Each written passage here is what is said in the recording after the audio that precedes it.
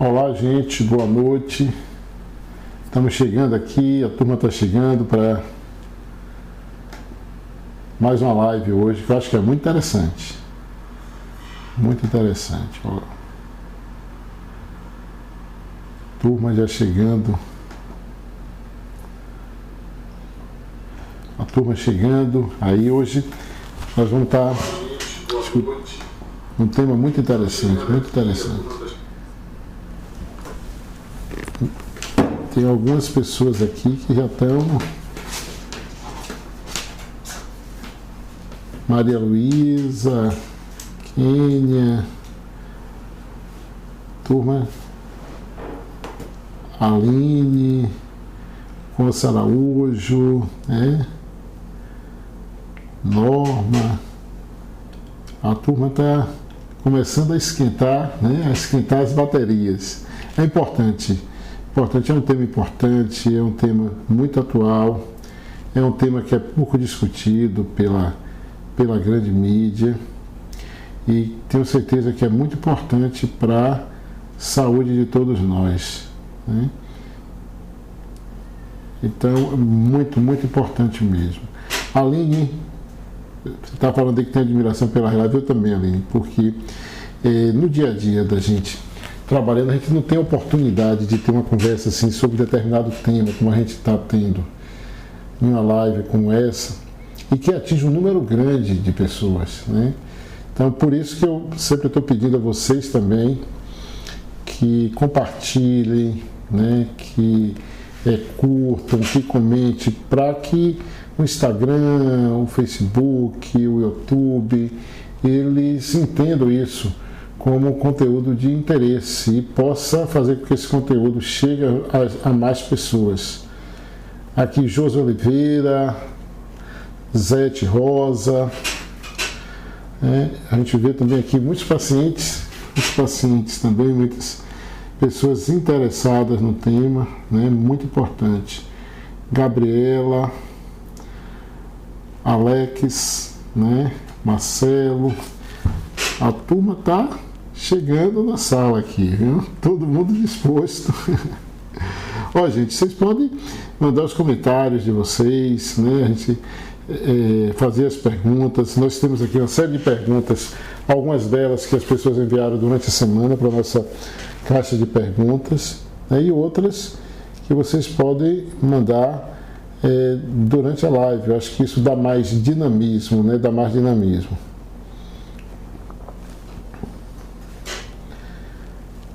Professor Alex, ali, Fal, Nilda, nossa amiga Nilda aqui, né? Nilmária está acompanhando você está acompanhando, viu? Eu sei que você tem acompanhado direitinho. Um abraço, Dilza, Dona Estelita, a Dona Lita Mota. Lita tem outro sobrenome também, mas às vezes ela só deixar no Mota mesmo aqui, né? Joélia. Então a turma está chegando. Eu estou com nossa parte técnica aqui, com o nosso amigo Ney dando suporte. Ney, qual é o nosso horário aí? Já estamos chegando? Então, gente, vamos iniciar esse bate-papo, mas antes eu quero falar a vocês por que esse tema, né? Porque a gente de repente vê um nome lá, inflamação crônica subclínica, e pergunta o que é que isso tem a ver comigo, por que eu vou estar discutindo esse tema, porque eu vou parar para ouvir esse tema, para discutir esse tema. Nós todos nos preocupamos com o futuro, com algumas coisas do futuro, e fazemos os nossos planejamentos. Algumas pessoas planejam uma viagem, outros planejam uma graduação, uma pós-graduação, outros um bem material, uma casa, um sítio, um carro, uma viagem. Mas eu acho que é uma coisa que é praticamente comum a todas as pessoas, ou a grande maioria das pessoas, é poder viver mais e poder viver bem, né? Ou seja, ter uma longevidade saudável. Esse é um objetivo que nós todos traçamos na vida. a gente poder chegar à terceira idade, viver mais e viver bem. Só que, diferente das outras coisas que a gente planeja, a gente não investe nisso. Quando eu falo investir, a gente não investe tempo, não investe conhecimento nessa longevidade. A gente investe nas outras coisas, nos outros objetivos, mas a gente investe pouco na longevidade saudável. E, de maneira geral, a população mundial, a população brasileira, tem aumentado a expectativa de vida. Então, a gente tem conseguido a primeira parte, que é a longevidade, né? Hoje, a população que mais aumenta proporcionalmente é a população acima de 80 anos de idade, né? Porém, a gente não conseguiu ainda a outra parte, que é a longevidade saudável, poder viver mais com mais qualidade de vida. As doenças crônicas não transmissíveis, elas têm aumentado muito a incidência, né? As doenças cardiovasculares, as doenças neoplásicas, ou seja, os cânceres, as doenças autoimunes, as doenças degenerativas, elas têm aumentado de uma maneira muito, mas muito forte.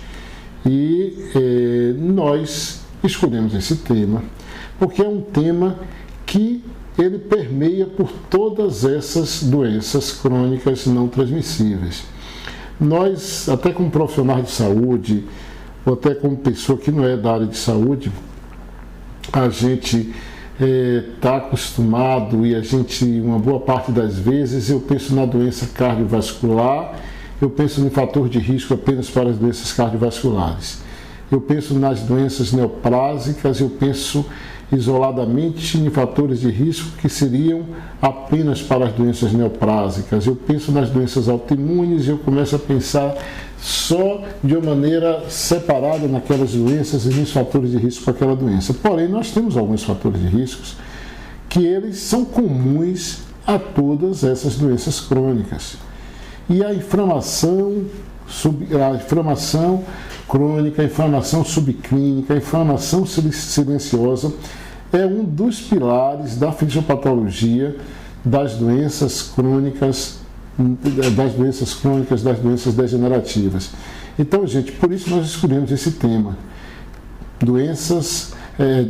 Escolhemos o tema inflamação crônica subclínica. Esse tema, ele é importante porque ele faz parte da fisiopatologia da maioria ou praticamente de todas as doenças crônicas não transmissíveis. E é um tema que ele não é abordado com uma frequência tão grande como outros fatores de risco tradicionais. Se a gente vai, por exemplo, para as doenças cardiovasculares, a gente tem fatores de risco tradicionais que a gente sabe, como tabagismo, hipertensão, hipercolesterolemia, mas a gente ouve pouco se falar nesse fator de risco, que é um fator de risco importante para as doenças cardiovasculares e para as outras doenças crônicas não transmissíveis, que é a inflamação crônica subclínica. Então é esse tema que nós vamos discutir aqui. Um tema que é muito importante para a saúde, muito importante para a longevidade saudável. E para a gente começar a discutir qualquer coisa, a gente primeiro tem que entender o que é isso, o que é inflamação. O que é inflamação? A inflamação, na verdade, ela é uma resposta do nosso sistema imune, né, a um insulto, a uma ameaça à homeostase do nosso corpo. Então, qualquer tipo de agressão ao nosso equilíbrio homeostático, qualquer insulto, o nosso sistema imune é ativado e ele reage, ele responde. E o nosso sistema imune, ele reage, ele responde a um insulto através da inflamação. Então, a inflamação é uma resposta do nosso sistema imune a um insulto, a uma agressão que o nosso organismo esteja recebendo. Nós temos dois tipos de inflamação. Temos a inflamação aguda, é aquela que todos nós conhecemos, quem é da saúde, quem não é da área de saúde, todos nós conhecemos uma inflamação aguda, que é, por exemplo, você tem uma infecção e o seu organismo reage com aquilo. Você vai ter febre, vai ter adinamia, você vai ter características inflamatórias naquela região que está com aquela infecção. Ou você, por exemplo, tem um trauma, você bate com o pé, com o braço na rua e machuca. Então aquilo ali vai ficar inchado, edemaciado, vai ficar com calor, vai ficar com dor. Isso é uma inflamação aguda. A inflamação aguda, ela é boa, a inflamação aguda é do bem, a inflamação aguda é necessária para a nossa vida, porque é a maneira que nosso organismo tem de restabelecer o equilíbrio, de trazer aquele órgão à normalidade. E para isso, ele ativa o sistema imune, e o sistema imune desencadeia as reações inflamatórias. O nosso sistema imune é, na verdade, como se fosse as nossas forças armadas. Qualquer ameaça, ele vai responder. No caso da inflamação aguda, ela é muito clara e todo mundo logo faz o diagnóstico, porque, como o nome está dizendo, é um quadro agudo. A inflamação aguda é do bem e a inflamação aguda ela tem o objetivo de restabelecer a função daquele órgão que foi, ou daquele órgão, ou da parte do nosso corpo que foi comprometida. E nós temos uma outra inflamação que é o motivo dessa nossa live de hoje, que é a inflamação crônica subclínica. Essa é aquela inflamação que na maioria das vezes é assintomática. Ela pode durar de dias a meses, a anos, a décadas. Ela pode ser iniciada por alguns gatilhos, por alguns fatores desencadeantes e que ela não tem sintomas como a inflamação aguda, mas porém tem um potencial muito grande de causar dano, de causar lesão no nosso organismo. Esse tipo de inflamação, a inflamação crônica subclínica, ela está na base, ela está na fisiopatologia da maioria das doenças crônicas. Então, é por isso que nós estamos trazendo essa discussão, porque a inflamação crônica subclínica é um fator importante para as doenças cardiovasculares. As doenças cardiovasculares são e continuam sendo a principal causa de morbimortalidade no nosso meio e em todo o mundo. Todos nós conhecemos alguém que teve a morte súbita, alguém que teve um infarto, alguém que teve um AVC, alguém que fez uma angioplastia, alguém que fez uma revascularização miocárdica, alguém que teve um aneurisma, alguém que teve uma amputação de membro por uma doença arterial, por uma doença vascular. Então veja que a inflamação crônica subclínica é um fator de risco importante para as doenças cardiovasculares. A inflamação crônica subclínica é um fator de risco muito importante para as doenças autoimunes. O número de doenças autoimunes, de artrites, de outras doenças autoimunes são muito grandes. A inflamação crônica subclínica é um fator de risco importante para as doenças neurodegenerativas. Para o Parkinson, Alzheimer e tantas outras doenças neurodegenerativas. A inflamação crônica subclínica é um fator de risco para as doenças neoplásicas também, para muitos tipos de câncer. Então, por isso que é importante a gente poder identificar aquelas pessoas que têm uma inflamação crônica subclínica. E aí o ideal é que a gente possa identificar isso ainda em uma fase de prevenção, porque identificar isso naquele paciente, naquela pessoa que está fazendo avaliação, que está fazendo um check-up, e que a gente possa intervir naquele momento para evitar uma dessas complicações. E uma outra situação é aquela pessoa que já chega para a gente, com a doença crônica estabelecida. É aquela pessoa que já chega com a doença autoimune, é aquela pessoa que já chega com a doença cardiovascular, que já teve um infarto, que já teve um AVC, que tem uma angina, que já fez uma angioplastia, que já fez uma cirurgia, é aquela pessoa que já tem uma doença neoplásica, é aquela pessoa que tem uma doença autoimune. E nesse daí, a gente não vai estar trabalhando mais em termos de prevenção primária, mas nós precisamos no tratamento da doença, combater essa inflamação crônica subclínica também. Então, é necessário e é importante a gente identificar a inflamação crônica subclínica, tanto para prevenir, como no tratamento das patologias estabelecidas. E muitas vezes as pessoas não têm tempo de conversar sobre isso.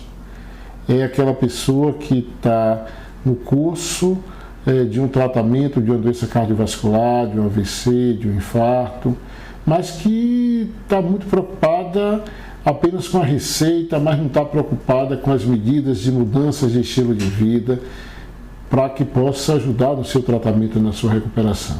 É aquela pessoa que está em tratamento de uma doença oncológica e que não tem tempo para identificar aquelas mudanças que ele necessita fazer no seu estilo de vida para combater a inflamação crônica subclínica. Então, se faz necessário, eu estou insistindo com isso, porque realmente se faz necessário a gente identificar aquelas pessoas que têm uma doença, uma inflamação crônica subclínica e poder intervir. Eu sei que você que está, antes de eu começar a responder aqui as perguntas, mas eu sei que você que está participando aí, a gente já falou um pouco porque discutir esse tema, a gente já falou um pouco da diferença entre a inflamação aguda e a inflamação crônica. A gente já falou o papel da inflamação crônica nas doenças crônicas não transmissíveis, mas aí deve estar aquela pergunta que todo mundo faz, né? Aquela pergunta que todo mundo faz, mas como eu identificar, né? Como a gente identificar quem está com inflamação crônica subclínica? Como a gente identificar essa pessoa que está inflamada? É possível, mas antes de responder isso, eu quero fazer um comentário aqui com vocês. Olha, é importante que você que está participando, você que está assistindo, que você curta, compartilhe, que você comente, para que o Instagram, para que o Facebook, para que o YouTube entenda isso como um conteúdo que é importante para outras pessoas também e possa divulgar. Esse só tem sentido dessa maneira, para que esse conteúdo possa chegar a mais pessoas. E é importante a sua participação para isso. Aqui, Neia, a turma aqui, olha, a Vânia, Maurício, Luiz, Cecília, Marli, Hernani, Luan, Rosicreide, a turma que está toda aí, Antônio Mateus, Luciana Magalhães, nossa querida Luciana. E a Luciana está dizendo que com essas lives ela está fazendo até uma graduação. Ó, Luciana, é muito importante, mas é muito importante, gente, muito importante que a gente invista nesse objetivo, que é o objetivo de todos nós. Longevidade saudável. A gente poder chegar na nossa terceira idade, independente, fazendo nossas coisas sozinho, com capacidade de decidir a nossa vida. Na terceira idade, eu sempre converso com meus pacientes e deixo claro isso. A gente tem dois critérios importantes para dizer se aquela pessoa que está ali de frente a gente, na terceira idade, está bem ou não está bem. Que nós chamamos de independência, que é aquele paciente que tem a independência para se mover, para se locomover, para fazer suas coisas, para resolver as suas coisas pessoais. Isso nós chamamos de independência. E o outro critério é aquele paciente que tem autonomia. Ele tem capacidade de tomar as decisões, de dizer, olha, eu quero dessa maneira, eu não quero dessa maneira, gerir a sua vida financeira, gerir a sua vida pessoal. Então esse é o objetivo.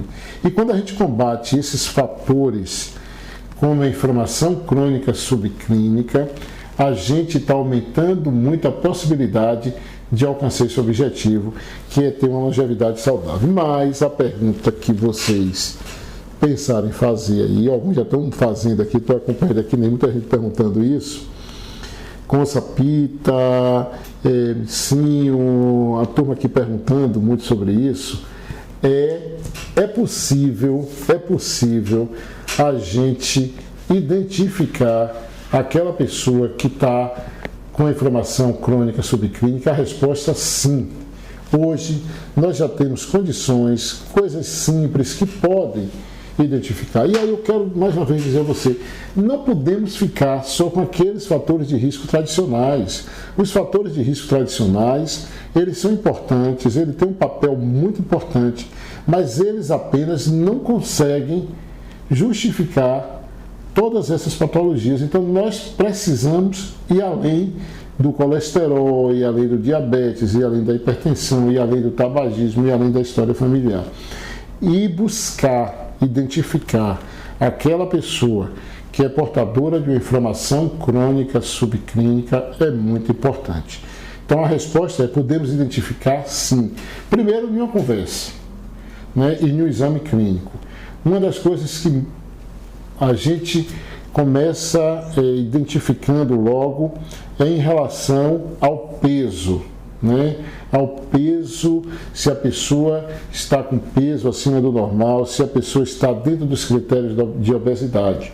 E quando a gente fala de obesidade, nós não temos só um tipo de obesidade. A obesidade que mais inflama é aquela obesidade abdominal, aquela obesidade visceral, em que você aumenta muito o volume abdominal.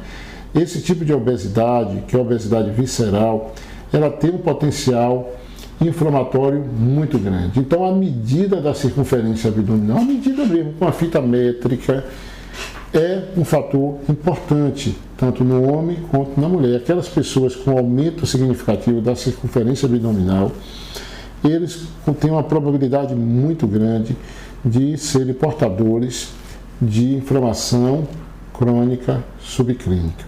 Hoje, nós temos conhecimento que o tecido adiposo não é apenas um depósito de gordura. O tecido adiposo, na verdade, ele é um grande órgão endócrino e que produz muitas substâncias, muitos hormônios. E no caso da gordura visceral, da gordura abdominal, ela produz muitas citocinas pró-inflamatórias.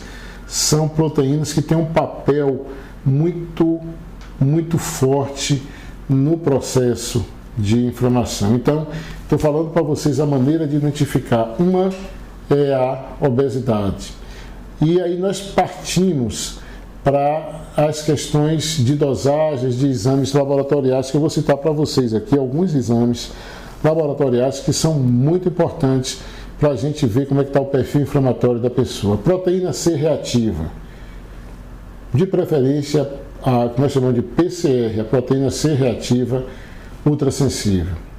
Na inflamação aguda, essa proteína C reativa ela dá os picos muito altos, mas na inflamação crônica ela se mantém no nível superior, se mantém discretamente elevada. Se você tem uma pessoa que vem mantendo a proteína C reativa no nível superior ou discretamente elevada, é um indicador de inflamação crônica subclínica.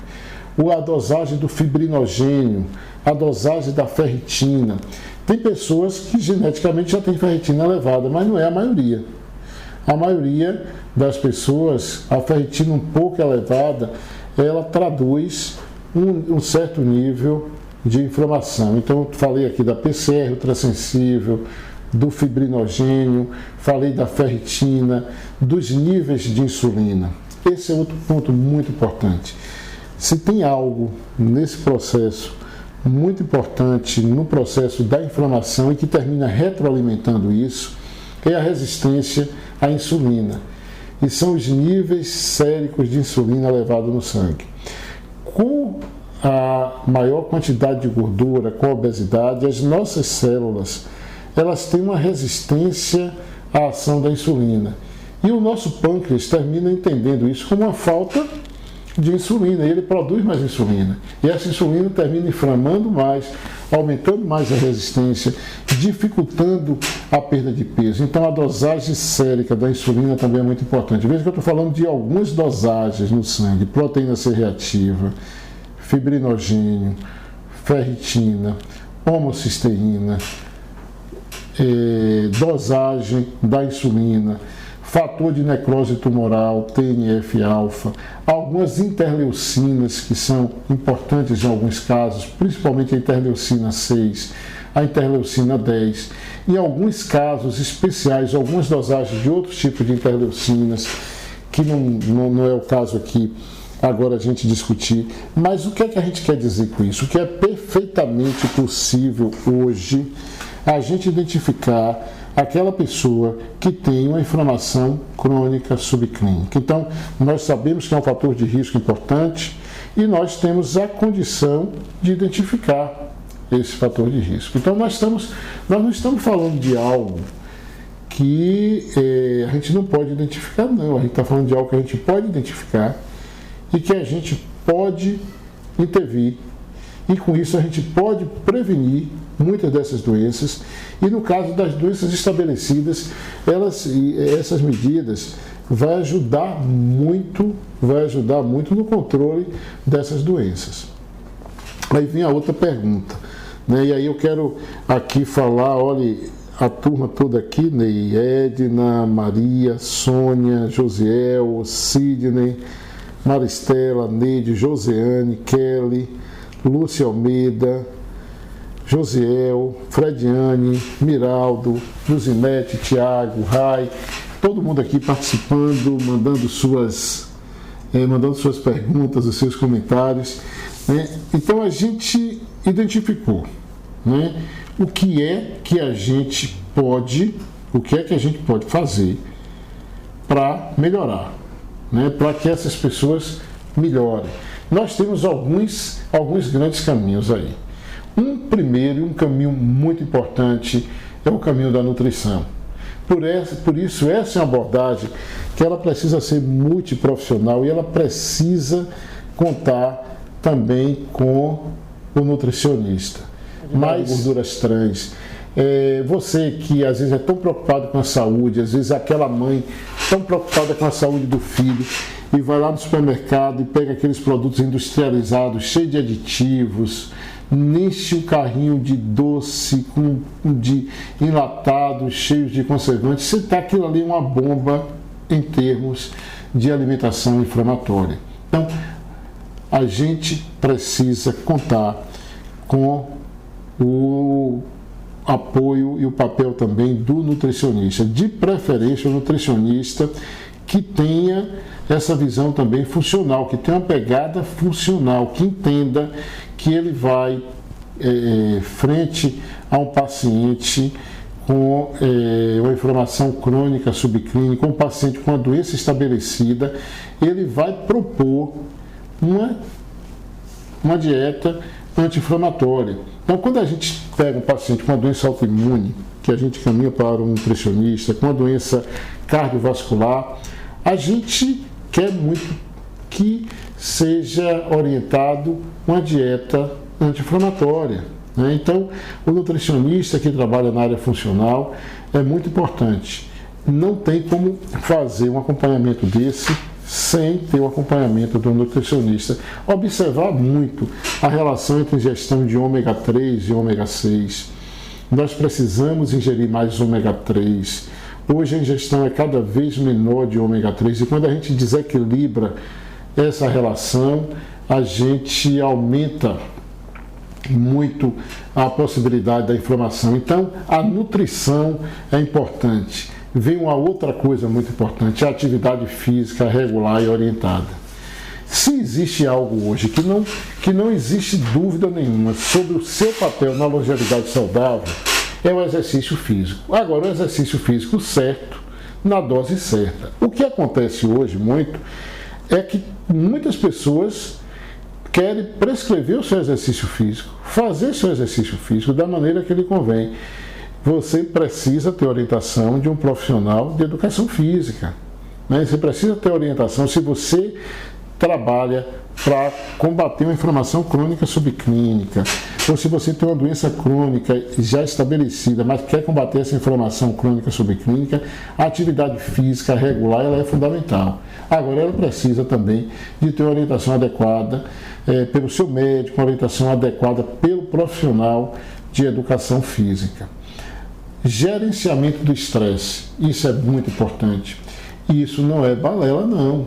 Isso é comprovado através de dezenas de estudos, a necessidade de gerenciar melhor o estresse, de meditação, de outros métodos que você possa gerenciar o estresse. O contato, o simples contato, a convivência com a natureza, ela é muito importante no gerenciamento do estresse.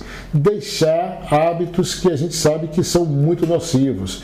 Se você pretende viver muito, viver bem, e você é fumante, você está fazendo tudo ao contrário. Você tem que ter a coragem, tem que ter o pulso, tem que buscar ajuda, mas você não pode estar fumando. O tabagismo é uma das coisas que mais prejudica para isso. Então, os outros hábitos ruins, os hábitos de consumo de substâncias com agrotóxicos, de substâncias transgênicas. Então, é esse cuidado que a gente precisa.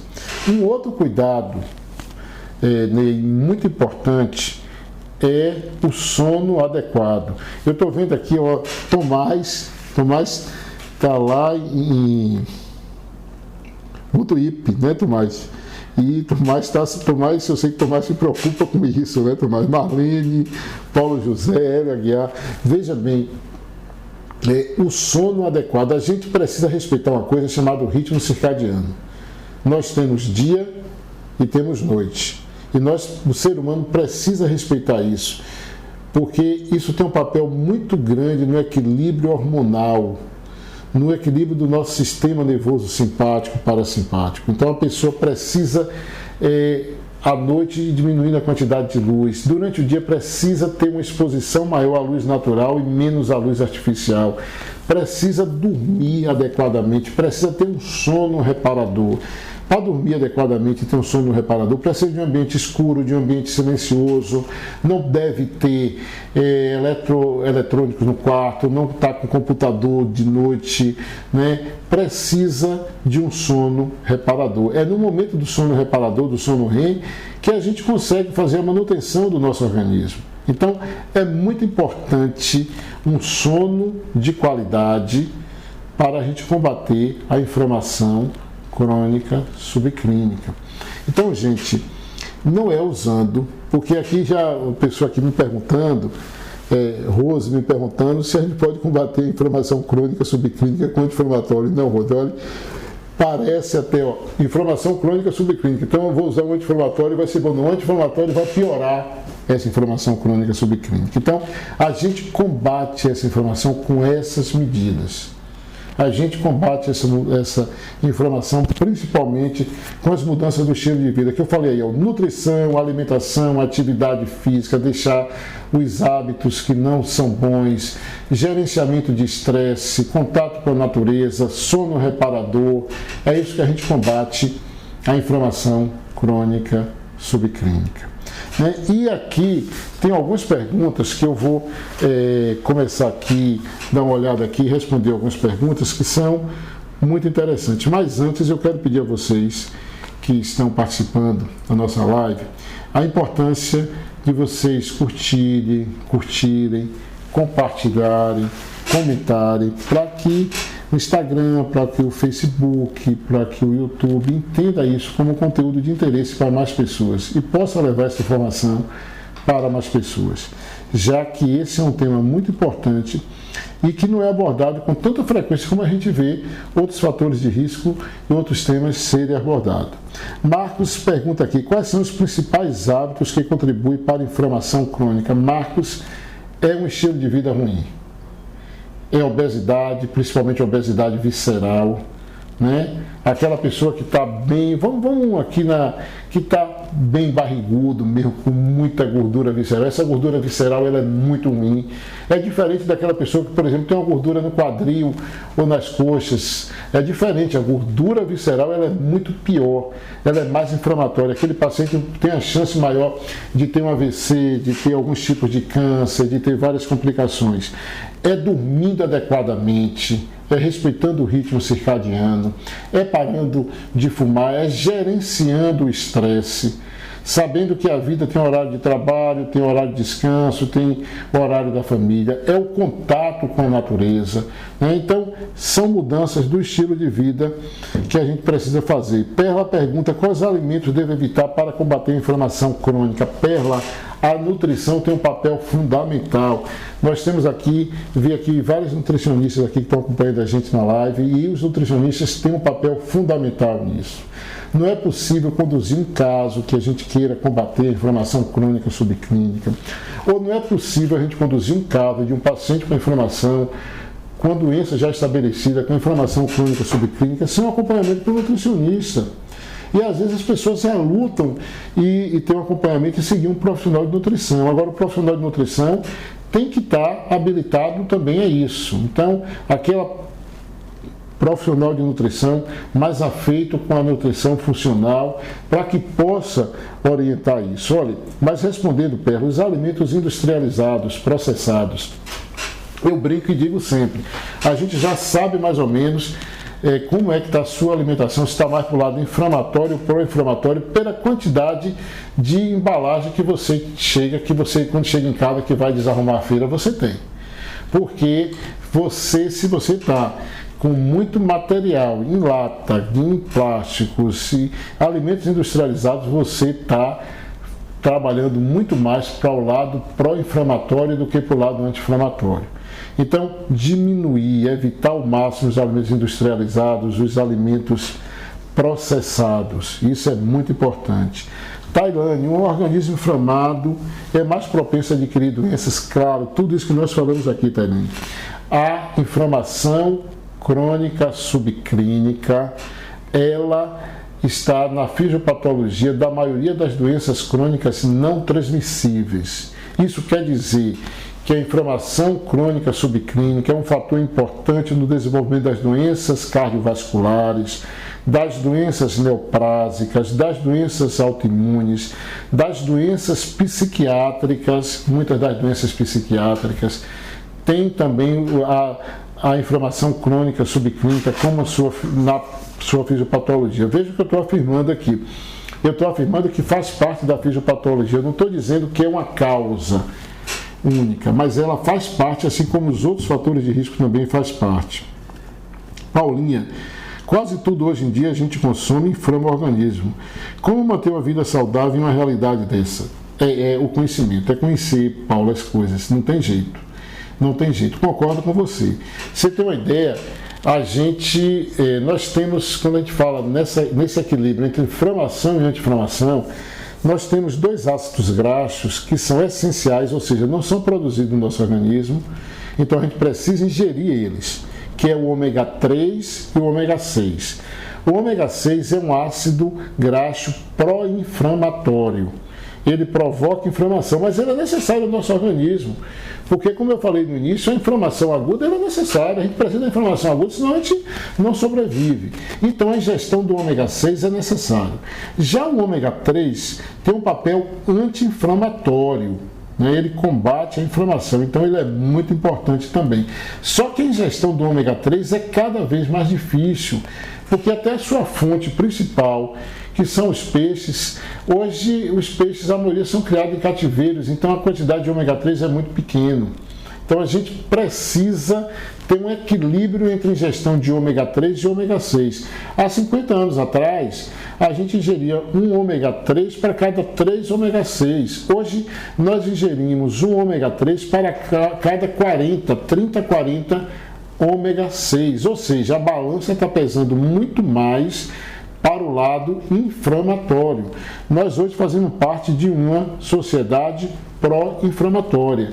Então nós precisamos, e aí o papel da alimentação é muito importante a gente combater a inflamação.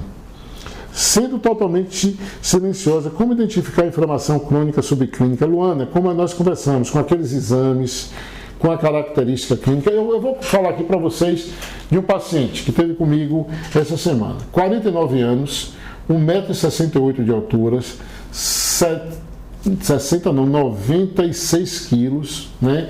Estava com índice de massa corpórea dentro dos critérios de obesidade moderada ou severa, estavam com percentual de gordura corporal de quase 50%.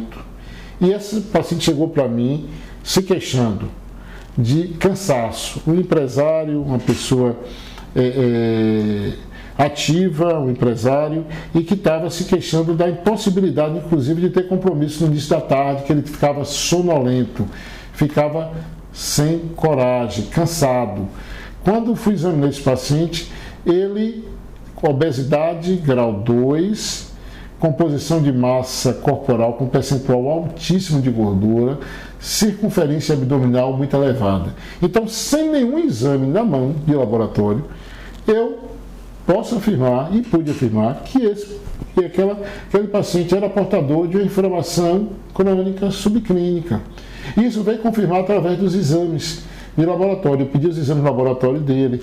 A proteína C reativa dele estava em 7,5 para 8. O normal, na maioria dos métodos, é até 3. Então, é um paciente que está com inflamação crônica subclínica pela proteína C reativa. A ferritina dele estava em 400 e alguma coisa, quase 500. Ele estava com os níveis de vitamina D, de hormônio D baixos, que também é um outro indicador importante. O TNF, que é o fator de necrose tumoral dele, também estava elevado, estava em 8. A interleucina dele elevada e estava com insulina de jejum de 45. Então, esse paciente, não tenho dúvida, ele tem como a principal ponto dele, o principal foco que a gente precisa combater a inflamação crônica subclínica, né? Então, esse é um exemplo de um caso que eu estou colocando aqui para você, Luana, que é fácil a gente identificar isso. A Judite me perguntando, doutor Valdo, eu estou obesa, meu organismo é inflamado? Necessariamente não, mas eu diria que você tem uma chance muito grande, principalmente se sua obesidade for mais visceral, né? Mas isso precisa ser visto pelos outros, pelo profissional que te acompanha, fazer os exames para confirmar isso. Elane, como organismo desinflamado, corro menos risco de adoecer, sem dúvida.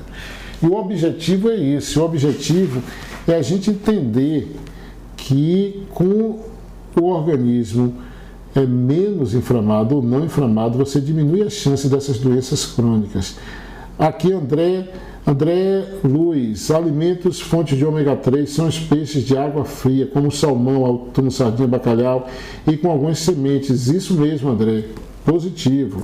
Sendo que, olha, nós quando falamos de ômega 3, nós temos 3 tipos de ômega 3. Temos o EPA, que é o eicosapentanoico, e temos o DHA, que é o docosahexanoico, e temos o ALA. O ALA normalmente é um ômega 3 encontrado nos vegetais, tipo linhaça, em alguns outros vegetais, e que ele precisa ser convertido em EPA ou DHA para ter o seu papel. Mas é importante a gente entender que não apenas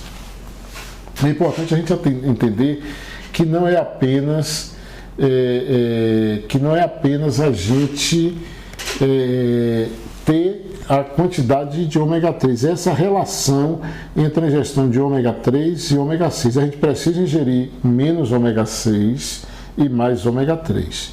Os dois têm importância. O grande problema hoje da nossa civilização é que nós estamos ingerindo muito mais ômega 6 do que ômega 3. O ômega 6 você está ingerindo naqueles biscoitinhos recheados que você compra para dar ao seu filho na hora do lanche, na pipoca de micro-ondas, né? Naqueles salgadinhos, chips e aqueles outros que você compra. A quantidade de ômega 6, de gordura trans é muito ruim. Então, às vezes, você está fazendo até um esforço para ingerir um pouco de ômega 3, mas você está ingerindo muito ômega 6 e você tem que diminuir essa ingestão também de ômega 6. A Patrícia falando aqui pra gente que ela tem o hábito de se alimentar com produtos naturais, fazer uma caminhada diária, mas não consigo fugir do estresse do trabalho nem dormir cedo. Olha, tem uma coisa importante nesse processo, e que antigamente se falava isso sem base científica. Hoje os estudos são muito claros em falar isso. gerenciamento de estresse. Isso é muito importante.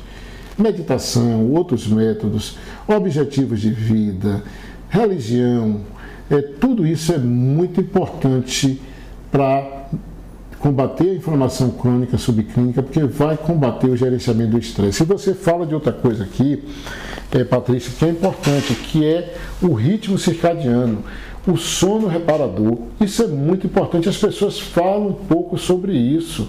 As pessoas estão invertendo, estão ficando a noite toda acordadas, estão ficando a noite toda frente às telas dos computadores, estão deixando de dormir. Isso compromete toda a produção hormonal, isso compromete a função do endotélio dos vasos, né? Então, o sono reparador, ele é muito importante. André está me falando aqui sobre os ômega 3, 6, 9, são denominados ácidos nutricionalmente essenciais. Isso mesmo, André. O que é o ácidos essenciais? Os ácidos graxos essenciais aqui, são ácidos graxos que não são produzidos pelo nosso organismo e que ele depende da ingesta, assim como nós temos os aminoácidos essenciais também, são aqueles aminoácidos que não são produzidos pelo nosso organismo. Por isso, nós precisamos estar atento à ingestão deles. Eliana, sinto dores articulares, estou acima do peso, durmo pouco, me estresso muito, além de não me alimentar de forma saudável. Posso mudar esse quadro e passar a ter uma melhor qualidade de vida? Sem dúvida, Eliana. Agora, não vai mudar isso, não é com a receitinha de remédio, não é com a caixa de remédio que vem na farmácia. Isso aí é com mudança de estilo de vida, é com decisão mesmo, isso que tem que ser feito. Aqui tem uma observação, gente, uma observação por ter sido prova de uma mudança drástica, mais necessária. A mudança alimentar é muito difícil, a adaptação, mas tira a doença, tira o doente da beira da morte, não tenha dúvida. Gente, olha, e é por isso que a gente está discutindo esse tema com vocês, que é muito importante. A gente vê o paciente. Eu lido muito com pacientes com doenças crônicas não transmissíveis.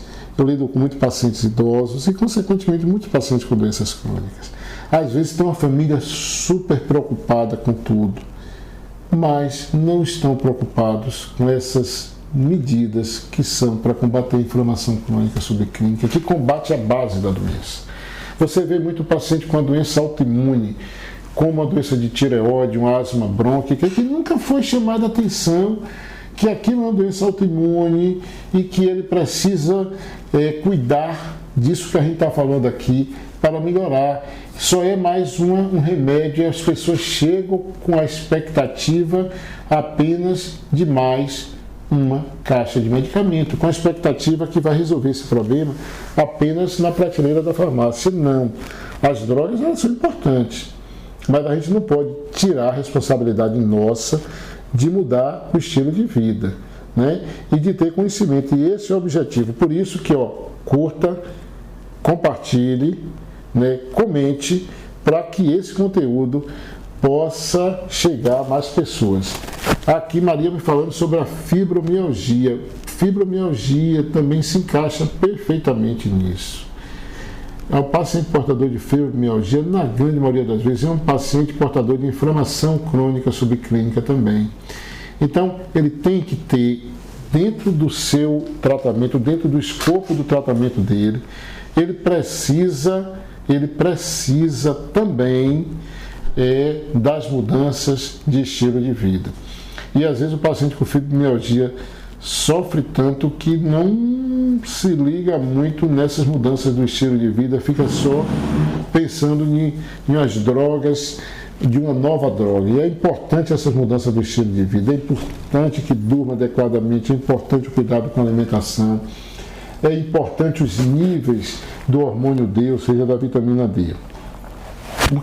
Aqui, Andréia, o que o senhor diria que a inflamação crônica subclínica é a porta de entrada das doenças cardiovasculares? Andréia, a inflamação crônica subclínica é um dos fatores importantes para as doenças cardiovasculares. Isso a gente não tem dúvida. E não estou aqui desmerecendo os fatores de risco tradicionais, não, eles têm a sua importância. Mas hoje a gente que está no dia a dia, que está na base, que está na base, a gente vê muitos pacientes com doenças cardiovasculares e que não têm os fatores de risco tradicionais. E quando a gente vai pesquisar, são portadores de doenças clínicas tradicionais. Nega Ju está fazendo uma pergunta aqui. Quando faço sexo, meu coração acelera. Devo me preocupar? Não, de maneira nenhuma. Fazer sexo é um esforço, é como se a gente estivesse subindo 2 lances de escada, né? Então é normal que o coração acelere, né? Isso aí seria até ruim se não acelerasse, viu? Mas não tem nenhum problema não. Cristina, com que idade devemos nos preocupar em desinflamar o nosso corpo? Ó, não existe assim uma idade. O melhor é a gente evitar a inflamação crônica subclínica. Então, mesmo uma pessoa mais jovem, mas se você está acima do peso, se você vem de uma família com história importante de doenças cardiovasculares e de outras doenças, é muito importante que você possa pesquisar isso. E hoje é uma coisa simples que você pode te indicar mudanças que você precisa fazer em sua vida. Macena Guedes aqui também, Conceição, Maurício Cone, Cláudio Souza, Maristela Lemos, todos participando, mandando aqui os seus comentários, as suas perguntas. Isso é muito positivo. Maiana, como o senhor fez um diagnóstico e quando o senhor suspeita que o paciente está com o organismo inflamado? Maiana, é um conjunto, não é um exame apenas. É o quadro clínico, né? O paciente, eu dei um exemplo de um paciente há pouco aqui. Cláudio lá de Vazedo, que está ali também. Olha, Morão, que está aí junto, isso aí, Morão. Olha, um paciente, eu dei o exemplo de um paciente, aquele que eu falei há pouco, de 49 anos, com peso acima do normal. Vou te falar de um outro caso que teve comigo também. Uma paciente de 28 anos, que chegou com peso acima do normal, com a pressão arterial de 140 por 100, com percentual de gordura na sua bioimpedância elevadas, que queixando de cansaço, de dificuldade para emagrecer, que faz uso de anticoncepcional. E devido ao peso, ela estava com muitas dores lombares. Começou a usar um anti-inflamatório. Aí o anti-inflamatório alterou o sistema gastrointestinal dela, ela começou a ter azia. Aí começou a usar uma bomba, começou a usar o pantoprazol, que é o inibidor da bomba de prótons. Então veja bem, ela começou, ganhou peso, usa anticoncepcional, porque o peso estava aumentado. Ela começou a usar anti-inflamatório, o anti-inflamatório evoluiu com o estômago, ela começou a usar um remédio para o estômago. E essas medicações todas que ela está usando em uma paciente jovem de 28 anos, são medicações que levam à inflamação crônica subclínica. Então, no caso dessa moça, dessa garota, a principal recomendação para ela foi para rever todas essas medicações, ela praticar atividade física, né?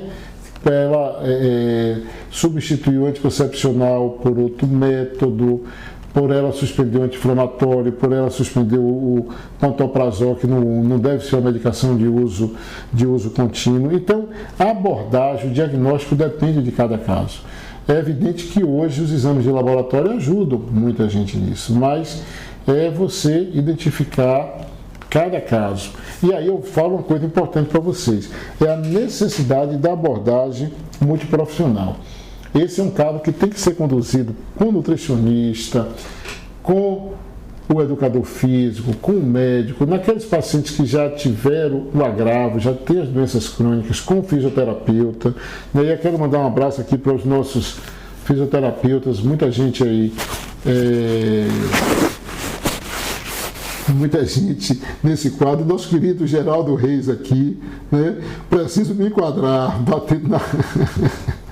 É isso aí, Gel. Então, gente, é muito importante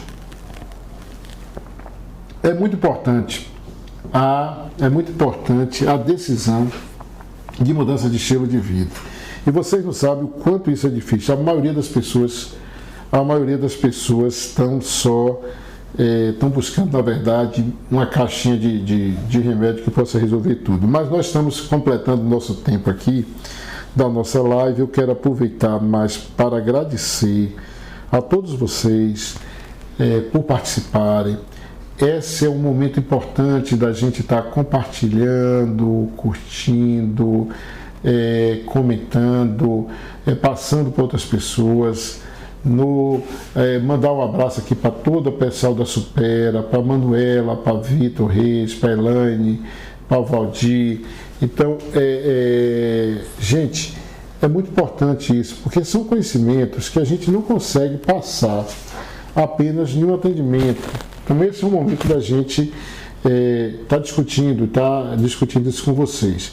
Jússi, Urânia, Eliane, Zito, Adelice, Keila, Alba, Rosana, Keila. Então, a todos vocês que estão participando, o nosso muito obrigado. Divulgue, compartilhe. Todas as quintas-feiras nós vamos estar discutindo um assunto de interesse. E aí eu já vou falar para vocês o tema da nossa próxima live da quinta-feira. Uma coisa que nós chamamos de polifarmácia. O uso excessivo de medicamentos, principalmente em idosos. Né? Como a gente encarar isso? Será que a gente pode chegar e simplesmente suspender? Não. Mas quais são os cuidados que a gente precisa ter para que o uso excessivo dos medicamentos não faça mal para os idosos? Muito obrigado aí por acompanhar e acesse o nosso Instagram, essa live vai estar lá, vai estar no Face também, vai estar no YouTube. Um abraço.